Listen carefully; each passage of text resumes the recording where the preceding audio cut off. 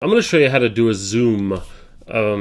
So I have a Zoom link that I have shared out with my class. And that link, one person is joined already. And you might notice I have a message here that says 3 people have entered the waiting room. Waiting room is kind of a spot that they will hang out in until you let them in. It's an option for you. You can turn it off if you don't want a waiting room, and the students will just get joined automatically.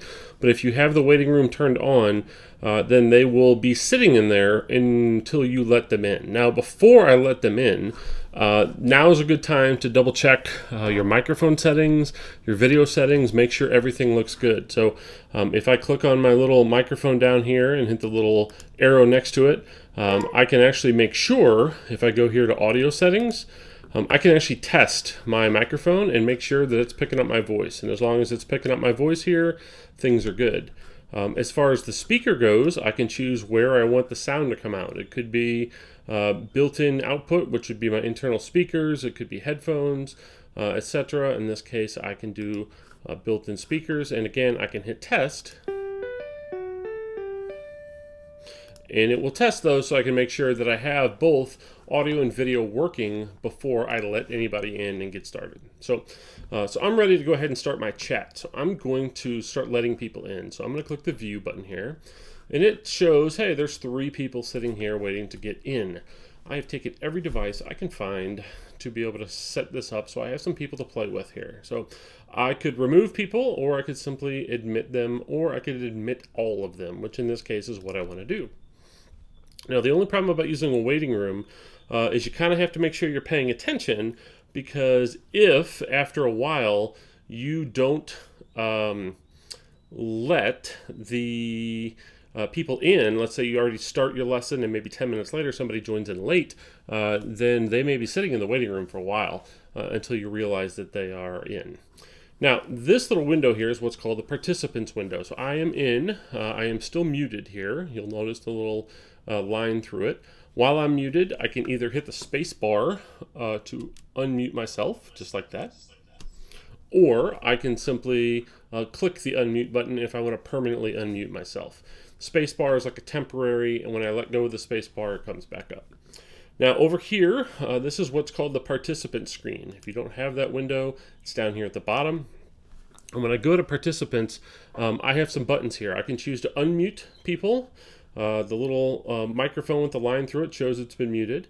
I can also choose to ask this person to start video if I want. So maybe somebody does not have video on. I can't force it, but I can ask.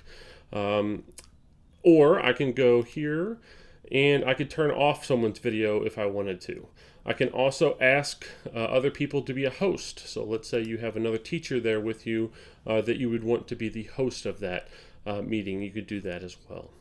So I have multiple people here into my Zoom meeting. So I'm going to go ahead and click on my participants. I can also invite more people if people don't get in. So I could go ahead and start typing in names to send messages directly to people in the district if I don't have them in.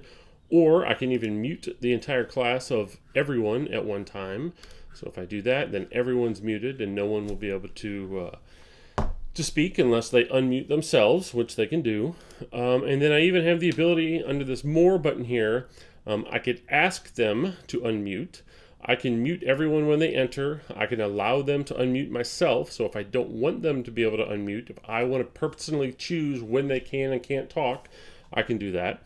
I could also have it play a sound whenever someone joins or leaves, allow participants to rename themselves. I'd highly recommend you turn that one off or leave it off.